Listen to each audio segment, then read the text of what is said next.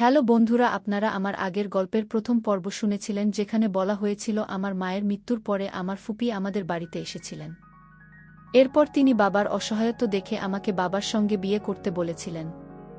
এখন গল্পটি এখান থেকে এগিয়ে চলবে। যারা প্রথম পর্বের ভিডিও দেখেননি, লিংক নিচের ডিসক্রিপশন বক্সে পেয়ে যাবেন। আমি বললাম না, এমনটা নয়। ছোটবেলা থেকেই আমি ভাবতাম বড় হয়ে এমন একজন জীবনসঙ্গী চাই যিনি বাবার মতোই হবেন।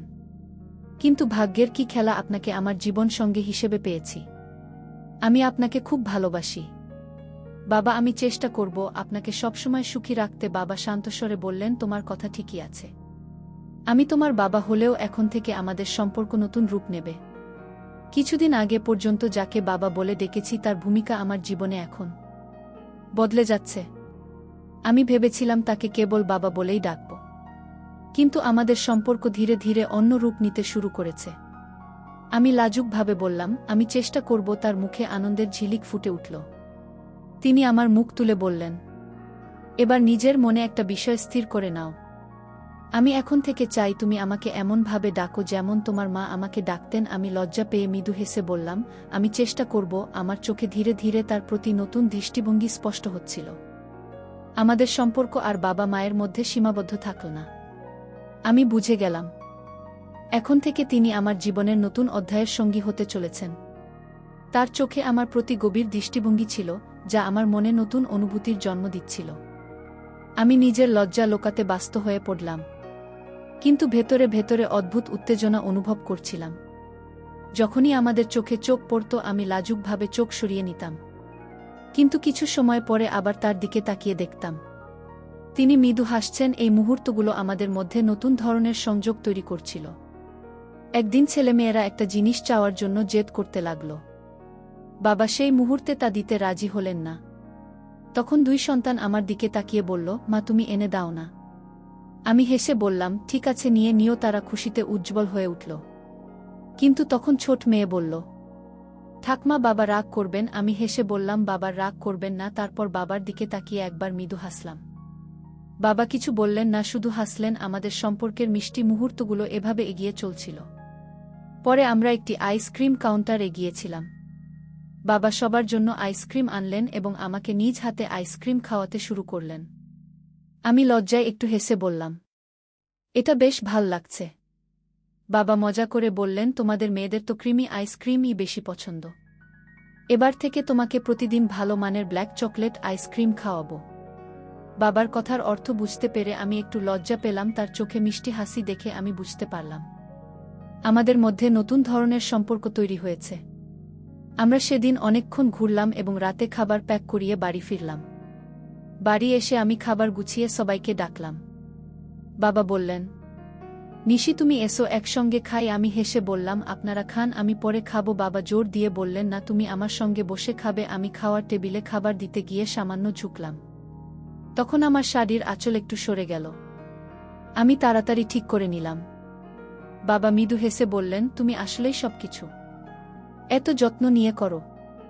সেদিন যখন বাবাকে দেখলাম তিনি আমার দিকে দৃষ্টি তাকিয়ে আছেন, আমি লজ্জায় লাল হয়ে গেলাম। তার চোখ আমার চোখের সঙ্গে মিলতেই আমি মৃদু হেসে নিজের শাড়ির আঁচল ঠিক করে নিলাম। বাবা আমাকে পাশে বসতে বললেন, আর আমি কেন জানি না করতে পারলাম না। আমরা একসঙ্গে একই প্লেটে খেতে শুরু করলাম। এমন সময় বাবা চুপিসারে আমার হাতে খাবার দিলেন, আর আমিও তাকে খাইয়ে দিলাম। এই মুহূর্তগুলো যেন অদ্ভুত রোম্যান্টিক অনুভূতিতে ভরা ছিল। দুই সন্তান খুব ক্লান্ত ছিল এবং ঘুমে ঢুলে পড়ছিল। আমি বললাম, আমি ওদের ঘুম পাড়িয়ে দিচ্ছি। তাদের শুইয়ে দিয়ে এসে দেখি বাবা এখনো বসে আছেন। আমি বললাম, আপনি একটু বিশ্রাম নিয়ে নিন। বাবা ঘরে চলে গেলেন, আর আমি রান্নাঘরে বাকি কাজ শেষ করতে ব্যস্ত হয়ে পড়লাম। রাত হয়ে গেল, বাবা ঘুমাননি।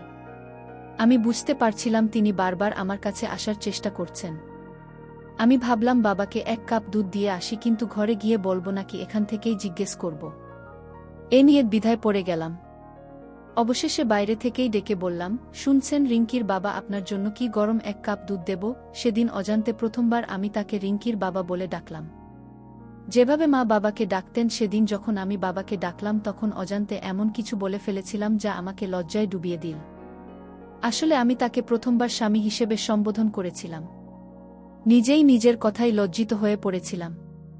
বাবা ভেতর থেকে মজা করে বললেন, প্রিয়াজি কি জানতে চাইছেন? তার এমন কথা শুনে আমার লজ্জা দ্বিগুণ হয়ে গেল। কিছু বলতে পারলাম না। তখনই তিনি বাইরে এলেন। তার মুখে মিষ্টি হাসি ছিল। তাকে সামনে দেখে আমার হৃৎস্পন্দন যেন দ্রুত হতে লাগল। আমি থেমে গিয়ে এদিক ওদিক তাকিয়ে কোনো মতে বললাম, ওই আমি দুধ দিতে এসেছি। তিনি মুচকি হেসে আমার কানে ফিসফিস করে বললেন, প্রিয়াজি আপনার আদেশ আমাদের মাথায়, আমরা তো আপনার সেবক। তার এমন মজার কথা শুনে আমি লজ্জায় রাঙা হয়ে গেলাম। কিছু বলতে না পেরে তাড়াতাড়ি সরে এলাম। কিন্তু তার সেই কথাগুলো বারবার মনে পড়ছিল। আর আমি লজ্জায় ও আনন্দে মুচকি হাসছিলাম। আমি রান্নাঘরে গিয়ে এক গ্লাস দুধ গরম করে তাকে দিলাম। তিনি বললেন, মনে হচ্ছে তুমি এতে চিনি দাওনি। আমি বললাম, না দিয়েছি তো। তিনি গ্লাসটা আমার দিকে বাড়িয়ে বললেন, তাহলে নিজেই একবার চেখে দেখো। আমি একটু চেখে দেখে বললাম, চিনি তো ঠিকই আছে। তখন তিনি মুচকি হেসে বললেন, তোমার খাওয়ার পরেই এটা মিষ্টি হয়ে গেছে। তার এমন মজার কথা শুনে আমি এত লজ্জা পেলাম যে তাড়াতাড়ি নিজের ঘরে চলে এলাম। তার কথা মনে পড়তেই আবার মুচকি হাসি ফুটে উঠল। বাবা এতটা মজার হতে পারেন তা আগে কখনো গল্পমা করিনি। ঠিক তখনই ফুপির ফোন এল। আমি ফোন তুলে গল্প করতে লাগলাম। গল্পের মাঝখানে ফুপি জিজ্ঞেস করলেন, ভাবি সব ঠিক আছে তো? সেদিন আমি বাইরে গিয়ে ফুপির সঙ্গে কথা বলতে শুরু করলাম। তিনি আমাকে জিজ্ঞেস করলেন, ভাবি রিঙ্কি তো বেশ জেদ ধরেছিল, কোথায় নিয়ে গেলেন? আমি বললাম, হ্যাঁ ফুপি, বাচ্চারা অনেক দিন ধরে বাড়িতে ছিল, তাই একটু বাইরে আয়োজন করতে নিয়ে গেলাম। ফুপি মুচকি হেসে বললেন, ভাবি আমার ভাই আর আপনার মধ্যে কি কোনো নতুন সম্পর্ক তৈরি হলো? আমি একটু লজ্জা পেয়ে বললাম, এখনো না, তবে হয়ে যাবে। আমি জানতাম ফুপি কোনো সম্পর্কের কথা বলছেন। আমি বললাম, দিদি নতুন সম্পর্ক ঠিকভাবে তৈরি করতে হলে পুরনো সম্পর্কগুলো ভুলতে হবে। সেটা আমাদের সবার জন্যই ভালো। ফুপি হেসে বললেন, ঠিকই বলেছ ভাবি, তবে মনে হচ্ছে তোমরা দুজন মিলে ভালোই সময় কাটিয়েছ। আমি মৃদু হেসে বললাম, আপনি কি বলছেন ফুপি? তারপর ফুপি বললেন, আমাকে ফুপি না বলে দিদি বলে ডাকো। আমি বললাম, ঠিক আছে দিদি, এখন থেকে ডাক। তখন দিদি আমাকে ঠাট্টা করে বললেন, ভাবি আমার ভাই কি তোমার হাত ধরেছেন? আমি হেসে বললাম, উফ দিদি, আপনি কেমন কথা বলছেন? দিদি বললেন, তাহলে তুমি কিভাবে বুঝলে যে তিনি পুরনো সম্পর্ক ভুলে গেছেন? আমি বললাম, তেমন কিছু না দিদি, আমরা যখন বাইরে আইসক্রিম খেতে গিয়েছিলাম তখন উনি বলছিলেন তোমাকে রোজ আইসক্রিম খাওয়াবো, আর সেটা শুনে আমি বুঝে গিয়েছিলাম তিনি কোনো আইসক্রিমের কথা বলছেন। দিদি মজা করে বললেন, আহা ভাবি, সেটা তো আসল আইসক্রিম, চকলেটের খুবই মজার জিনিস।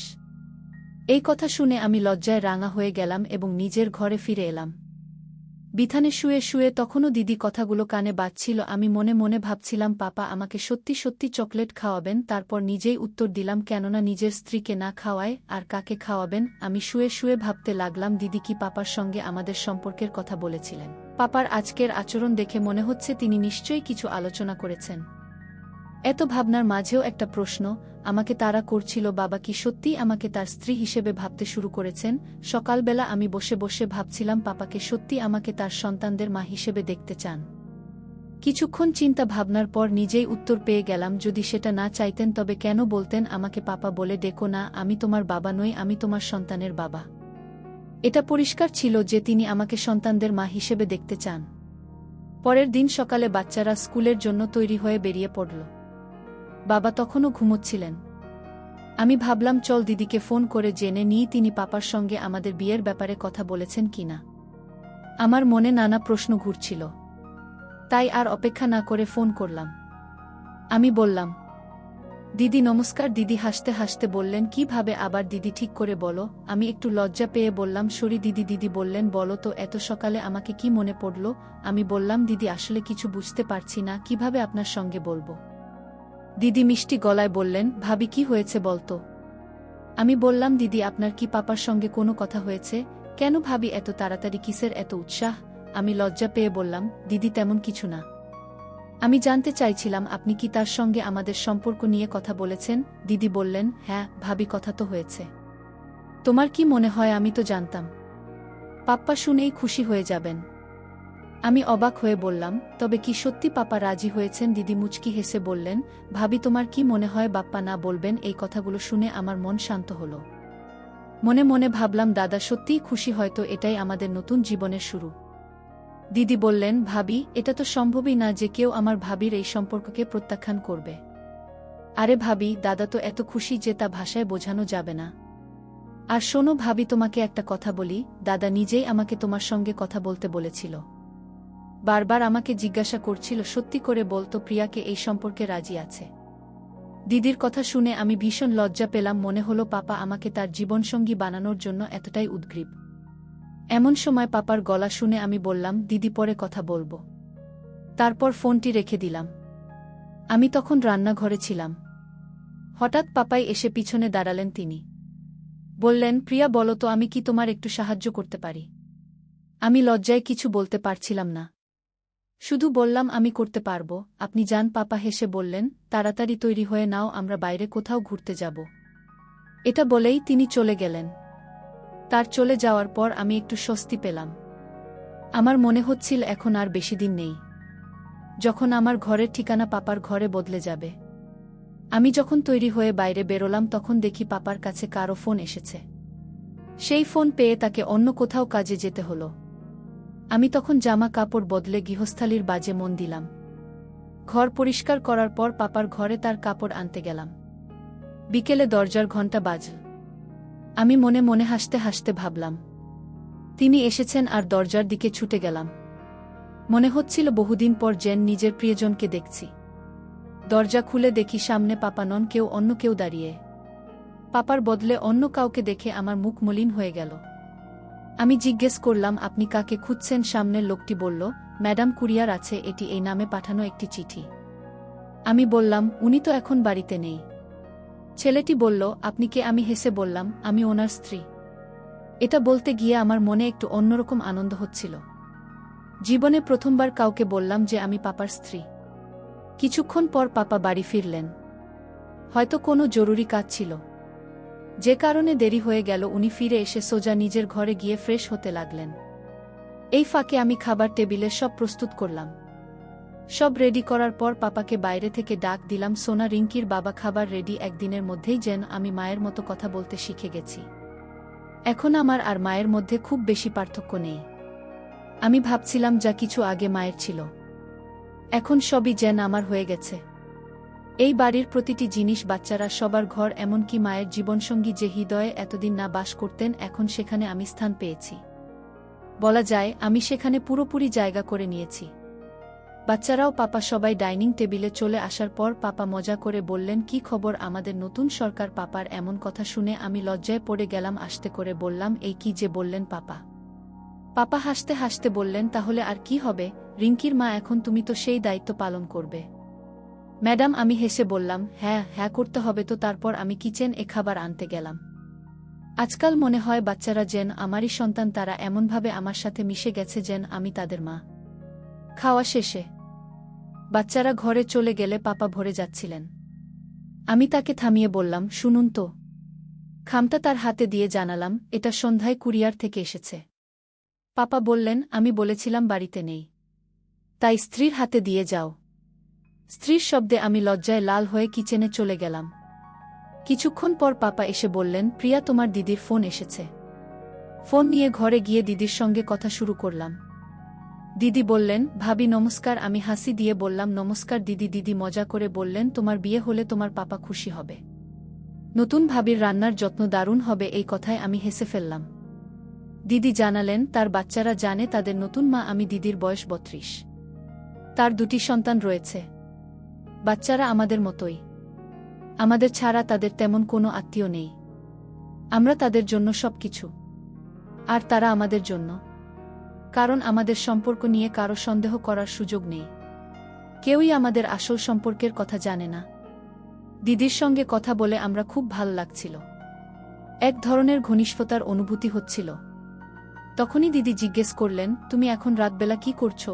আমি হেসে বললাম, আমি বাসন মাজছি। একটা শুনে দিদি একটু রাগ করে বললেন, তুমি এসব কেন করছো? তার রাগ দেখে আমি কিছুটা অবাক ও খারাপ বোধ করলাম। আমি উত্তর দিলাম, দিদি এই তো আমার রুটিন কাজ। দিদি বললেন, ভাবি এটা ঠিক আছে, কিন্তু শোনো, তোমার তো বিয়ে হতে চলেছে। এই সময় নিজেকে একটু সুন্দরভাবে রাখাটা জরুরি, জানো ভাবি। যখন একজন নারী রাতের সাজগোজ করে নিজের স্বামীর সামনে যায় তখন তা তাদের ভালো লাগে। এই কথা শুনে আমি লজ্জায় মাটিতে মিশে যেতে চাইছিলাম। ধীরে ধীরে বললাম, দিদি তুমি এ কী বলছো? দিদি হাসতে হাসতে বললেন, ঠিকই বলছি, এখন থেকে নিজেকে সব সময় প্রস্তুত রাখবে। জানো ভাবি, পুরুষদের নিয়ন্ত্রণে রাখতে হলে তাদের প্রতি তোমার যত্ন এবং আকর্ষণ ধরে রাখা খুব জরুরি।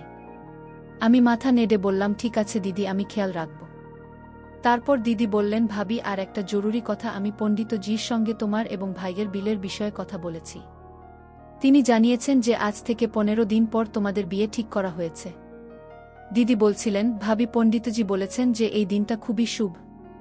তিনি আরও বললেন যে তোমার আর ভাইয়ার জুটি খুবই ভালো, তোমাদের সম্পর্ক বহু জন্মের জন্য স্থায়ী হবে। দিদির কথা শুনে আমার মনে একটা অন্যরকম আনন্দ হলো। ভাবছিলাম এটাকে কেবল কাকুতালীয় নাকি আসলেই আমাদের সম্পর্ক এতটা গভীর এবং সুন্দর। দিদি তখন আমাকে বললেন, পাপাকে ফোন দাও। আমি ডেকে বললাম, শোনো, এই ফোনটা ধরো তো। দিদি মজা করে বললেন, ভাবি তুমি কি এখন থেকেই ভাইজাকে এভাবে ডাকার অভ্যাস তৈরি করছো? আমি একটু রেগে গিয়ে মিষ্টি সুরে বললাম, আরে দিদি তুমি এ কী বলছো? দিদি হেসে বললেন, ভাবি এখন আমি মজা করছি, কিন্তু কয়েকদিনের মধ্যেই তুমি নিজেই এভাবে ডাকতে অভ্যস্ত হয়ে যাবে। দিদি আর আমি একসঙ্গে হেসে উঠলাম। আমি পাপার ঘরে গিয়ে ফোন দিয়ে এলাম। তারপর নিজের ঘরে এসে বিছানায় শুয়ে পড়লাম। কিন্তু আজ আমার ঘুম কিছুতেই আসছিল না। যেই বিছানায় প্রতিদিন শান্তিতে ঘুমোই, আজ যেন সেটাই অস্বস্তি দিচ্ছিল। পরের দিন সকালে আমি খুব খুশি মনে বাড়ির সব কাজ দ্রুত সেরে ফেললাম। তখন পাপা ঘুম থেকে উঠে আমাকে বললেন, নিশি রেডি হয় না, আজ কোথাও ঘুরতে যাব? আমি একটু মজা করে বললাম, কেন, আজকেও কি কালকের মতোই তৈরি হতে হবে? পাপা একটু হাসলেন এবং আমার সামনে কান ধরে বললেন, সরি, মাফ করে দাও, কাল জরুরি কাজ ছিল। পাপার এমন ভঙ্গি দেখে আমার মুখে হাসি চলে এলো। আমি আমার ঘরে গিয়ে ভাবতে লাগলাম, আজ ঘুরতে গেলে কি পরব? এমন কিছু করতে চাইছিলাম যা পাবার পছন্দ হবে, কিন্তু আবার কি করব সেটা বুঝতে পারছিলাম না। ঠিক তখনই পাপা আমার ঘরে এলেন এবং বললেন, তুমি এখনো তৈরি হলে না? আমি বললাম, দেখো তো, কিছুই বুঝতে পারছি না, কি করব, তুমি বলো না কি পরব। পাপা মায়ের ওয়ার্ড্রোব থেকে একটি সুন্দর কালো শাড়ি বের করলেন এবং আমার দিকে এগিয়ে দিয়ে বললেন, এটা বর, এই শাড়িটা তোমার উপর দারুণ মানাবে। আমি পাপার হাত থেকে শাড়িটা নিয়ে তাড়াতাড়ি তৈরি হতে শুরু করলাম। সেদিন মায়ের কালো রঙের সুন্দর শাড়ি এবং তার সাথে মানানসি ব্লাউজ পরেছিলাম। শাড়ির সঙ্গে মিলিয়ে চুড়ি, কানের দুল এবং একটি লাল টিপ পরেছিলাম। সাজগুজের পর মনে হচ্ছিল আজ যেন আমার চেয়ে বয়সে বড় দেখাচ্ছে। পরে পাপা এসে গেলেন। আমি আস্তে করে জিজ্ঞেস করলাম, আপনি এসে গেছেন? বাবা হেসে উত্তর দিলেন, আর কিছু না বলে শুধু মৃদু হাসলেন। তার হাতে একটি ছোট বাক্স ছিল। তিনি বাক্সটা আমার দিকে এগিয়ে দিয়ে বললেন, নিশি, এটা তোমার জন্য উপহার। আমি পাপার হাত থেকে বাক্সটা নিয়ে মুচকি হেসে খুললাম। বাক্স খুলতেই দেখলাম তাতে সোনার সুন্দর গয়না, ভেতরে দুটি খুব সুন্দর বালা। বালা দেখে আনন্দে উচ্ছ্বাস প্রকাশ করে বললাম, বাহ, কি সুন্দর বালা এগুলো। তারপর বললাম, আপনার জন্য একটু পানি নিয়ে আসি। পাপা আমাকে থামিয়ে বললেন, প্রিয়া দিদির সাথে কি তোমার কথা হয়েছে? আমি বুঝতে পারছিলাম পাপা কি বিষয়ে জিজ্ঞেস করছেন, তবুও জিজ্ঞেস করলেন, কোনো বিষয়ে। পাপা বললেন, পূজা কি তোমাকে কোনো তারিখের ব্যাপারে কিছু বলেছে?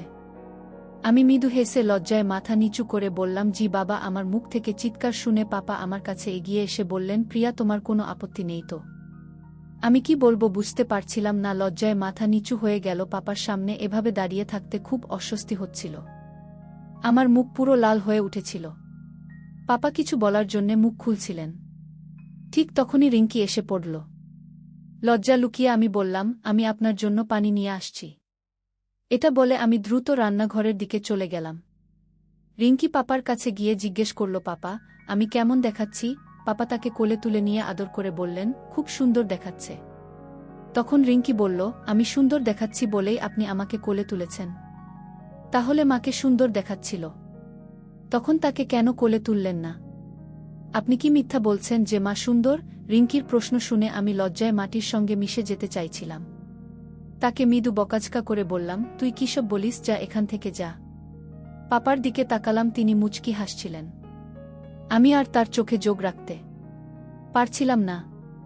দ্রুত সেখান থেকে বের হয়ে এলাম। কিছুক্ষণ পর পাপাও তৈরি হয়ে বের হলেন। আমি তখনও তার চোখে চোখ রাখতে পারছিলাম না। কিন্তু পাপা আমার দিকে তাকিয়ে হাসছিলেন। তারপর আমরা সবাই বাজারে কেনাকাটার জন্য বের হলাম। আজ পাপার সঙ্গে বের হতে এক অদ্ভুত অনুভূতি হচ্ছিল। শপিং এ যাওয়ার সময় মনে হচ্ছিল যেন পাপার সঙ্গে আমার নিজের স্বামী আর সন্তানদের সঙ্গে যাচ্ছি আমরা। একটি মলে গিয়েছিলাম যেখানে পাপা আমার জন্যে শাড়ি বেছে দিলেন এবং বিয়ের একটি সুন্দর পোশাকও পছন্দ করলেন। শপিং করতে গিয়ে আমি বুঝলাম আমার এবং পাপার পছন্দ একেবারে মিলে যায়। যে শাড়িটা আমার পছন্দ হয়েছিল সেটাই পাপারও পছন্দ। আমাদের পছন্দ এতটা মিলে যাওয়া দেখে মনে হচ্ছিল আমি সত্যি পাপার জন্য তৈরি হয়েছি। পাপা শাড়ির ব্লাউজগুলো খুবই সুন্দর ডিজাইন করে সেলাই করার জন্য দিয়ে দিলেন। এতে আমার কোনো আপত্তি ছিল না, কারণ এগুলো তো তাকে দেখানোর জন্যই করব। আমরা বাইরে থেকেই খাওয়া দাওয়া ছেড়ে বাড়ি ফিরে এলাম। রাতে নিজের বিছানায় শুয়ে পাপার কথা ভাবতে লাগলাম। আমার চোখে ঘুম ছিল না। তখন উঠে দেখলাম পাপার ঘরের লাইট জ্বলছে। ভাবলাম পাপাও হয়তো জেগে আছেন, হয়তো তারও আমার মতো ঘুম আসছে না, কারণ আমাদের বিয়ে হতে চলেছে। বিয়ের আগে কারই ঘুম আসে না। সকালে আমি বাচ্চাদের স্কুলের জন্য প্রস্তুত করছিলাম। রিঙ্কি বায়না ধরল, মা আজ তুমি আমাকে স্কুলে পৌঁছে দাও। বাড়ির কাজ থাকায় বোঝালাম তুমি নিজে চলে যাও, কিন্তু সে জিদ ধরে বলল পাপার সঙ্গে যাব। পাপা তখনও ঘুমোচ্ছিলেন। ঘরে গিয়ে ডাকলাম, শুনছ, উঠে বাচ্চাদের স্কুলে দিয়ে আসো। পাপা বললেন ওরা তো ভ্যানে যাবে। আমি জোর দিয়ে বললাম না, তোমাকেই যেতে হবে। পাপা কাপড় পরতে পরতে বললেন, যা হুকুম সরকার। এই কথায় আমি হেসে বললাম, তাড়াতাড়ি করো, দেরি হচ্ছে। আমি এখন পাপার সঙ্গে একজন স্ত্রীর মতোই আচরণ করছি, যেন বাড়ির সব দায়িত্ব আমার। পাপা বাচ্চাদের স্কুলে ছেড়ে যাওয়ার পর আমি ঘরের কাজে মন দিলাম। পাপার ঘর গুছাতে গিয়ে মোবাইল বেজে উঠল। দিদি ফোন করেছিল। দিদি হাসতে বললেন, ভাবি ভাইজাকে নিজের ইশারায় নাচানো শুরু করেছেন নাকি? আমি মুচকি হেসে উত্তর দিলাম। রিঙ্কি একটু জিদ করছিল, তাই পাপা ফিরে এসে বললেন, পেয়াজি আজ একটু ঘুরে আসি। আমি রাজি হয়ে প্রস্তুতি নিতে গেলাম। হঠাৎ ভাবলাম পাপার পছন্দের পোশাক পরি। তাকে জিজ্ঞেস করলাম, কি করব বলুন তো? পাপা আমার জন্যে লাল শাড়ি বেছে দিলেন। তিনি আমার দিকে তাকিয়ে মুচকি হেসে ঘর থেকে বেরিয়ে গেলেন। আমি লাল রঙের শাড়িটি পরে নিলাম আর চুল খুলে রাখলাম, কারণ আমি জানি পাপা আমার খোলা চুল খুব পছন্দ করেন। আমি যখন বাইরে এলাম পাপা শুধু আমার দিকেই তাকিয়েছিলেন। আমি হাসতে হাসতে বললাম, এভাবেই দেখবেন নাকি চলবেন? পাপা হেসে বললেন, চলো, তবে আগে কিছু পাশে টাকা রেখে দাও। আমি জানতে চাইলাম, এত টাকা? পাপা বললেন, সরকারও আপনার ইচ্ছেই রাখুন। শপিং তো আপনি করবেন, আমরা তো কেবল আপনার চাকর। মালকিনের কাছে এমন কিছু প্রশ্ন করার সাহস আমাদের নেই। পাপার কথা শুনে আমার গাল লজ্জায় লাল হয়ে গেল। আমি মুচকি হেসে বললাম, এরকম কথা বলো আপনি শিখেছেন? তারপর আমি আলমারি থেকে কিছু টাকা নিয়ে পাপার সঙ্গে বেড়াতে বেরিয়ে পড়লাম। পাপা গাড়ি চালিয়ে শহরের বাইরে একটি নির্জন জায়গায় নিয়ে এলেন। সেখানে একটি পুরনো দুর্ঘটনা স্থাপনা ছিল। পাপা বললেন, প্রিয়া, তোমার ছবি তোলার জন্যই এখানে নিয়ে এসেছি। আমি বললাম, এটা তো বাড়িতেও করতে পারতেন। পাপা হেসে বললেন, বাইরের সবুজের মধ্যে ছবি আরও সুন্দর আসবে। পাপার কথা শুনে আমি মৃদু হেসে বললাম, ঠিক আছে, চলুন। পাপা আমার কানের কাছে এসে ফিসফিসিয়ে বললেন, ভয় লাগছে না তো? আমি মুচকি হেসে বললাম, আপনি যখন পাশে আছেন তখন আর ভয় কিসের? পাপা বললেন, যে কেউ তোমার প্রেমে পড়তে পারে। আমি নিজেকে খুব ভাগ্যবান মনে করি যে তুমি আমাকে পেয়েছ। পাপার এই কথা শুনে আমি লজ্জার চোখ নামিয়ে বললাম, কত মিথ্যে কথা বলেন আপনি। আমি এত সুন্দর নেই, আমি খুব সাধারণ চেহারার মেয়ে। পাপা বললেন, চলো বাইরে একটু হাঁটি। আমি চুপচাপ সম্মতি দিলাম এবং বাইরে একটা আমগাছের দিকে ইশারা করলাম। আমরা গাছটার নিচে গেলাম। পাপা তখন মোবাইল বের করে বললেন, একটু দাঁড়াও, তোমার ছবি তুলতে চাই। আমি পোজ দিলাম আর পাপা ছবি তুললেন। ছবি তোলার সময় পাপা নিজেও কিছু পুজে আমার সঙ্গে ছবি তুললেন। হঠাৎ তিনি পকেট থেকে ছোট্ট একটা বাক্স বের করলেন। বাক্সটা খুলে দেখলাম একটা আংটি। পাপার চেহারায় তখন এক অদ্ভুত কোমলতা। তিনি বললেন, প্রিয়া, এই আংটি তোমার জন্য। আমি চাই তুমি সম্পর্ককে নতুনভাবে গ্রহণ করো। আমি হতভম্ব হয়ে দাঁড়িয়েছিলাম। পাপা আমার হাত ধরে আংটিটা পরিয়ে দিলেন। লজ্জায় আমি দৌড়ে চলে এলাম। পাপা আমার পেছন পেছন এলেন এবং বললেন, প্রিয়া, তোমার উপস্থিতি আমার জীবনে একটা নতুন অর্থ এনেছে। তোমাকে ছাড়া আমি আর এক মুহূর্ত থাকতে পারব না। এরপর আমরা অনেক কথা বললাম। কিছুক্ষণ পর পাপা বললেন, চলো, তোমার জন্য কিছু কেনাকাটা করি। আমরা বাজারে গিয়ে আমার জন্য সুন্দর কিছু পোশাক কিনলাম। পাপা বারবার বলছিলেন, তোমার মতো সুন্দর মেয়ে যদি সুন্দর পোশাক না পরে তাহলে কিভাবে হবে। আমি তার কথা শুনে হাসলামও, আবার একটু লজ্জাও পেলাম। পাপার সাথে কাটানো প্রতিটি মুহূর্ত যেন বিশেষ হয়ে উঠছিল। বাবা বললেন, প্রিয়া, আমাদের বিয়ের পর তোমার পছন্দমতো নতুন ফার্নিচার কিনে তোমার জন্য নতুন ঘর সাজাবো। এই কথা শুনে আমি এক মুহূর্ত থেমে তাকে জিজ্ঞেস করলাম, তোমার কি মনে হয় আমি তোমার সঙ্গী হতে পারব? পাপা গভীরভাবে আমার চোখের দিকে তাকিয়ে বললেন, তুমি আমার জীবনের সবচেয়ে বড় প্রেরণা। পাপা বলেন, চলো বাড়ির জন্য কিছু নতুন জিনিস কিনি। কেনাকাটার সেরে আমরা বাড়ি ফিরলাম। তখনই বাচ্চারা বাড়ি এলো আর আমি ঘরের কাজে ব্যস্ত হয়ে পড়লাম। হঠাৎ পাপার ফোন কল এলে তিনি দেখা করতে বাইরে চলে গেলেন। আমি ঘর গোছানোর সময় ভাবছিলাম, এই বাড়ি এখন আমারও। পুরনো অ্যালবাম দেখতে গিয়ে পাপার সঙ্গে মায়ের একটি ছবি দেখে অদ্ভুত অস্বস্তি হলো। মনে হলো বাবার পাশে থাকার অধিকার আমার। চিন্তা সরিয়ে রাতের খাবার তৈরি করতে লাগলাম। কিছুক্ষণের মধ্যেই পাপা ফিরে এলেন আর আমি খাবার টেবিল সাজালাম। আমি পাপাকে ডাকার জন্য তার ঘরে গিয়েছিলাম। তখন পাপা বললেন, নিশি, তোমার কেনা পোশাকগুলো পরে দেখেছ? মাপ ঠিক আছে তো? আমি লজ্জে মুখ নামিয়ে বললাম, হ্যাঁ, সব ঠিক আছে। পাপা আবার বললেন, একবার পরে দেখো, ভালো লাগবে। আমি তখন মৃদু হাসলাম এবং বললাম, পরে দেখব। খাবার টেবিলে সবাই একসঙ্গে বসেছিলাম।